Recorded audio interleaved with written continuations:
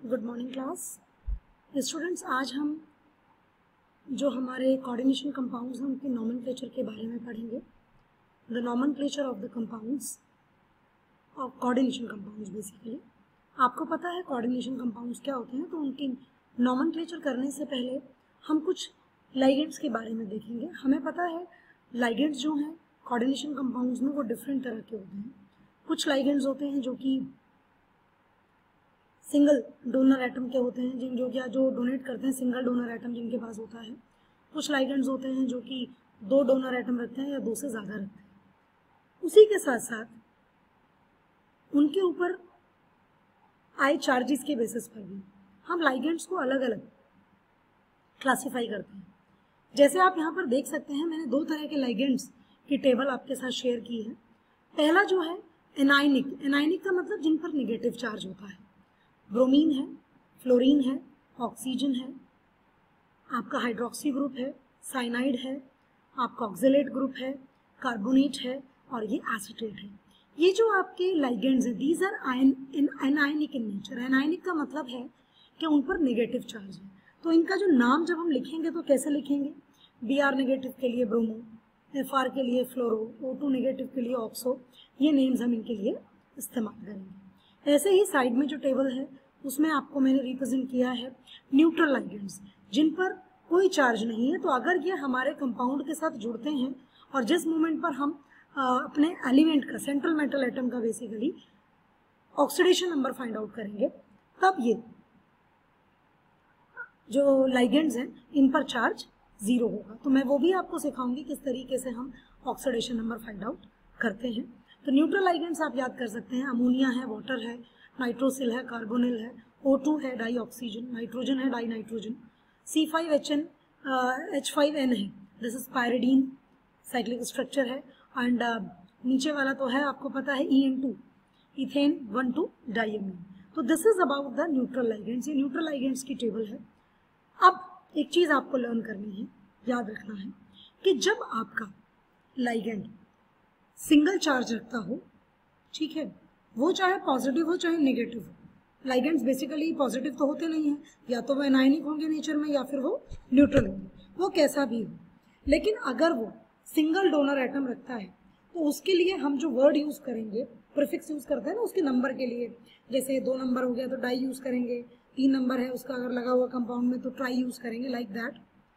लेकिन अगर ऐसा हमारे पास कोई भी लाइगेंड आ जाए जिसमें ऑलरेडी ऐसा कोई वर्ड इस्तेमाल हुआ हो, डाई, ट्राई, टेट्रा, पेंटा, तो उस केस में हम उसके नंबर को रिप्रेजेंट करने के लिए डाई, ट्राई, टेट्रा का यूज नहीं करते। उस केस में हम बिस, ट्रिस, टेट्राकिस, पेंटाकिस इस तरीके से हम यूज करते हैं। ये बात आपको याद रखनी है। जैसे ब्रोमीन है, ब्रोमो है, Br नेगेटिव है, तो इसके लिए आप अगर 2 ब्रोमीन लगे हैं तो डाई ब्रोमो यूज करेंगे, 3 लगे हैं तो ट्राई ब्रोमो यूज करेंगे। लेकिन जैसे आप यहाँ पर देखें कि यहाँ पर इथाइलिन डाइअमीन, ऑलरेडी इसके नाम में डाई लगा हुआ है, तो जब आप इसको क्या करेंगे, रिप्रेजेंट करेंगे नॉमेनक्लेचर के दौरान, इसका नाम लिखेंगे, तो अगर ये आता है और इसके 2 मॉलिक्यूल्स लगे हैं या 3 मॉलिक्यूल्स लगे हैं, तो उसके लिए तब आप डाई या ट्राई यूज नहीं करेंगे, तब आप यूज करेंगे बिस, BIS, बिस, बिस मीन्स 2, ट्रिस, TRIS, ट्रिस मतलब 3। इस तरीके से हम वर्ड्स का यूज करते हैं। 4 के लिए टेट्राकिस, TETRAKIS, और 5 के लिए पेंटाकिस, PENTA, पेंटा KIS, और इस तरीके से हम आगे बढ़ जाते हैं। तो you must remember this point कि अगर हमारे लाइगेंड्स, हमारा जो लाइगेंड है वो डिसाइड करेगा कि हमें नॉमेनक्लेचर में कौन से प्रीफिक्सेस का इस्तेमाल करना है। अब मैंने आपको सेकंड टेबल आपके साथ शेयर करने जा रही हूँ। अब यहाँ पर आप देखिए, नंबर मैंने डाला है, जैसे लिख दिया है 1 2 3 4 5 6 7 8 इस तरीके से। तो हम क्या क्या वर्ड्स यूज कर सकते हैं?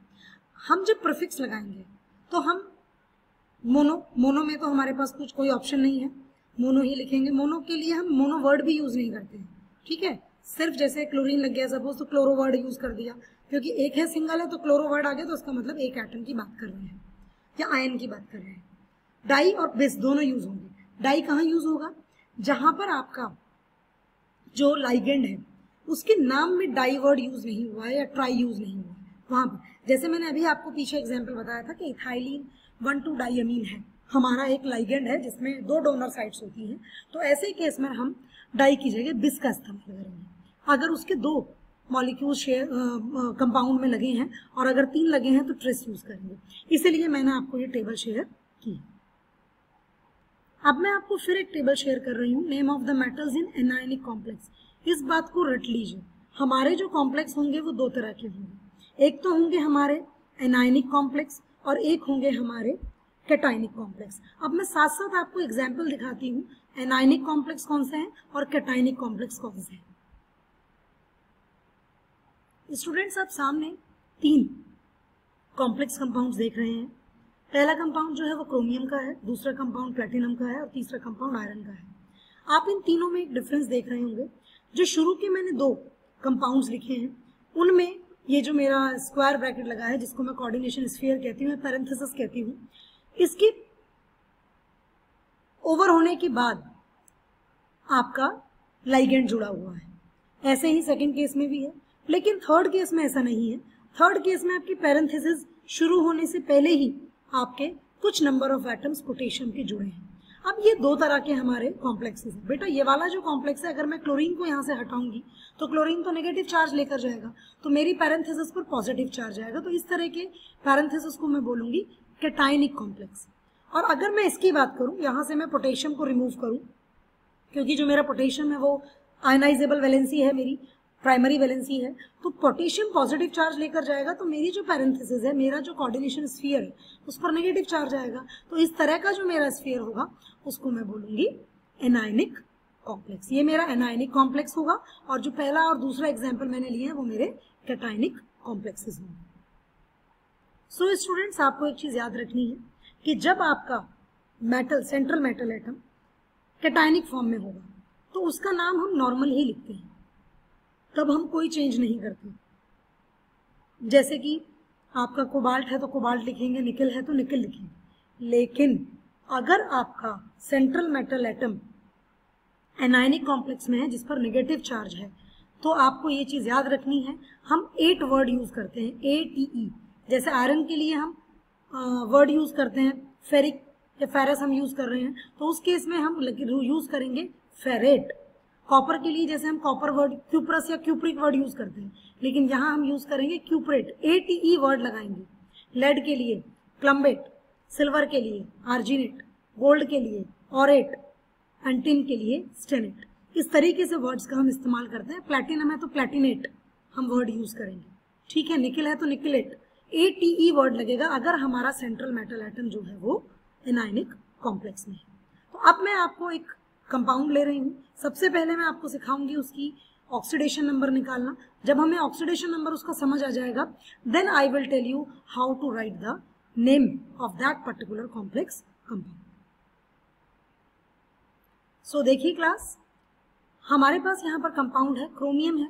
क्रोमियम के साथ 3 अमोनिया के मॉलिक्यूल्स जुड़े हैं, 3 ही वाटर के भी मॉलिक्यूल्स जुड़े हैं। ये हमारा पैरेंथेसिस में है और बाहर क्लोरीन के 3 एटम्स लिखे हैं, ठीक है।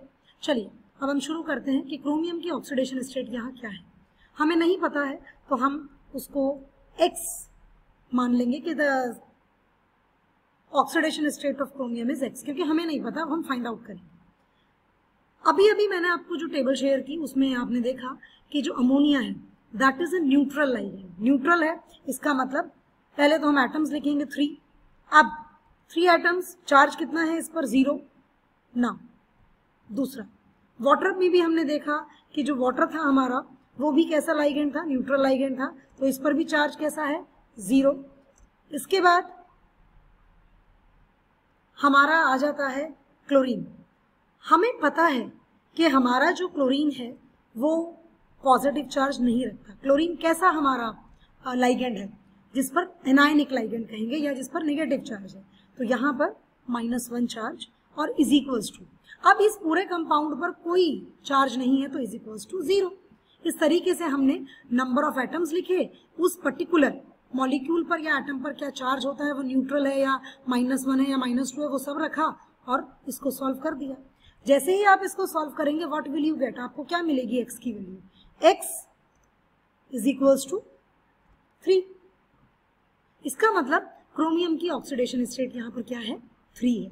ये ऑक्सीडेशन स्टेट निकालना बहुत जरूरी है, क्योंकि अगर हमने ये ऑक्सीडेशन स्टेट अपनी नॉमेनक्लेचर में मेंशन नहीं की तो हम ये नहीं पता लगा पाएंगे कि हमारा बाहर लगे हुए जो ये क्लोरीन है इनका नंबर कितना है, या हमारे पैरेंथेसिस के शुरू होने से पहले, हमारे कोऑर्डिनेशन स्फीयर शुरू होने से पहले जो हमने पोटेशियम, सोडियम या कोई भी कैटायन जोड़ा है उसका नंबर कितना है, क्योंकि इसके नंबर को हम वहां पर स्पेसिफाई नहीं करते हैं। तो अब हम शुरू करते हैं। सबसे पहला स्टेप हुआ हमारा ऑक्सीडेशन स्टेट निकालने का, वो हमने निकाल लिया। दूसरा पॉइंट मैं डिस्कस करूंगी कि ये जो मेरा कॉम्प्लेक्स है दिस इज कैटायनिक कॉम्प्लेक्स। ये मेरा जो कॉम्प्लेक्स है ये कैसा है, कैटायनिक है, एनायनिक नहीं है। तो यहाँ पर मेरा जो मेटल, सेंट्रल मेटल एटम है उसका जो नाम है क्रोमियम है, तो सिंपल हम लिखेंगे उसका नाम, हम उसको ATE वर्ड यूज नहीं करेंगे उसमें, ठीक है, हम सिंपल क्रोमियम वर्ड यूज करेंगे। तो चलिए शुरू करते हैं। सबसे पहले हम क्या करते हैं, हम कोऑर्डिनेशन स्फीयर के अंदर से शुरू करेंगे, बॉक्स के अंदर से शुरू करेंगे। और यहाँ पर भी हम जो करते हैं वो नॉमेनक्लेचर, लाइगेंड्स का जो नाम है वो हम अल्फाबेटिकल ऑर्डर में लिखते हैं। सबसे पहला वर्ड हमारा कैपिटल बनेगा, उसके बाद के सारे वर्ड्स जो होंगे हमारे स्मॉल होंगे। अब देखिए यहाँ पर अमोनिया है, इसको हमने अमीन कहा था, और यहाँ ये वाटर है, ये है एक्वा। अब अगर मैं डिक्शनरी के हिसाब से देखूं तो अमीन जो वर्ड है वो मेरा पहले आएगा और एक्वा वर्ड जो है वो मेरा बाद में आएगा। तो सबसे पहले नंबर कितना है, 3 का मतलब क्या होगा, ट्राई, ट्राई के बाद अमीन, ठीक। उसके बाद 3 ही मॉलिक्यूल लगे हैं वाटर के, तो ट्राई एक्वा, ट्राई अमीन, ट्राई एक्वा। इतना आपको समझ आ गया होगा क्योंकि पहले मैंने नंबर लिखा है उसका और फिर उसका नाम लिखा है। अमीन इस पर 0 चार्ज है, वाटर पर भी 0 चार्ज है। अब हमारा नेक्स्ट पॉइंट क्या होगा, हमने यहाँ पर अंदर जितना भी हमारा पैरेंथेसिस में जो भी हमारे लेगेंड्स दिए गए थे वो हमने मेंशन कर दिए। अब हम लिखेंगे सेंट्रल मेटल एटम, हमारा वो क्रोमियम है और मैंने आपसे कहा कि ये कैटायनिक कॉम्प्लेक्स है तो यहाँ पर सीधा क्रोमियम ही लिखेंगे, क्रोमियम। इसके बाद हम एक स्मॉल ब्रैकेट लगाएंगे और इसकी ऑक्सीडेशन स्टेट को रोमन नंबर्स में मेंशन करेंगे। ऑक्सीडेशन स्टेट आई है सेंट्रल मेटल एटम की 3, तो रोमन नंबर में हम इसको इस तरीके से डिनोट करेंगे, ब्रैकेट को बंद कर देंगे। और बाद में लिखा है क्लोरीन लगा है। अगर ये क्लोरीन मेरा स्क्वायर ब्रैकेट पैरेंथेसिस के अंदर होता तो मैं इसके लिए वर्ड यूज करती क्लोरो, लेकिन ये मेरा कंपाउंड के बाद में लगा है तो मैं इसके लिए वर्ड यूज करूंगी क्लोराइड। और this is the nomenclature of the compound. ये कंप्लीट हो गया है नॉमेनक्लेचर। इस तरीके से हम कंपाउंड के नॉमेनक्लेचर को लिखते हैं। आप इसको एक चीज से और कंपेयर कर सकते हैं, अगर मैं आपको NaCl दूं तो आप उसका नाम यही बोलेंगे सोडियम क्लोराइड, क्योंकि जब हमारा क्लोरीन किसमें आया है, नेगेटिव चार्ज लेकर आया है और एज अ प्राइमरी वैलेंसी आया है, तो हम उसको क्लोराइड की तरह यूज करेंगे। लेकिन अगर वो सेकेंडरी वैलेंसी में अटैच होगा तो हम यूज करेंगे उसको क्या, तब हम उसका यूज करेंगे एज अ क्लोराइड, ठीक है। सो चलिए आगे बढ़ते हैं, एक कंपाउंड और लेते हैं, उसका नॉमेनक्लेचर करते हैं। सो स्टूडेंट्स चलिए अब हम दूसरा कंपाउंड लेते हैं, इसी तरीके से हम इसका भी नॉमेनक्लेचर करेंगे। सबसे पहले हम इसकी ऑक्सीडेशन स्टेट निकालेंगे। ऑक्सीडेशन स्टेट वही तरीका है निकालने का जैसा कि मैंने आपको अभी बताया। कैसे निकालेंगे हम ऑक्सीडेशन स्टेट, प्लैटिनम की जो नंबर है उसको x मानेंगे, अगेन हमारा अमोनिया है वो न्यूट्रल है। तो चलिए शुरू करते हैं। तो देखिए मैंने प्लैटिनम की ऑक्सीडेशन स्टेट आपके सामने लिख दी है, ये आई है 4। इसके बाद हम इसका नॉमेनक्लेचर करेंगे। नॉमेनक्लेचर किस तरीके से करेंगे, इसका नॉमेनक्लेचर होगा, क्या होगा इसका नॉमेनक्लेचर, कि सबसे पहले अमीन आएगा तो आएगा पेंटा अमीन, देन क्लोरो आएगा यहाँ पर क्योंकि यहाँ पर क्लोरीन अंदर लगा है, फिर आएगा अगेन प्लैटिनम क्योंकि आपका ये फिर से कैटायनिक कॉम्प्लेक्स है, प्लैटिनम। उसके बाद आएगी इसकी oxidation state 4 and then bromine. तो in this is the way in which we do the nomenclature. Practice कीजिए इन क्वेश्चंस की, नॉमेनक्लेचर आपको इजीली समझ आ जाएगी। Thank you and have a good day. So this is the nomenclature. Thank you and have a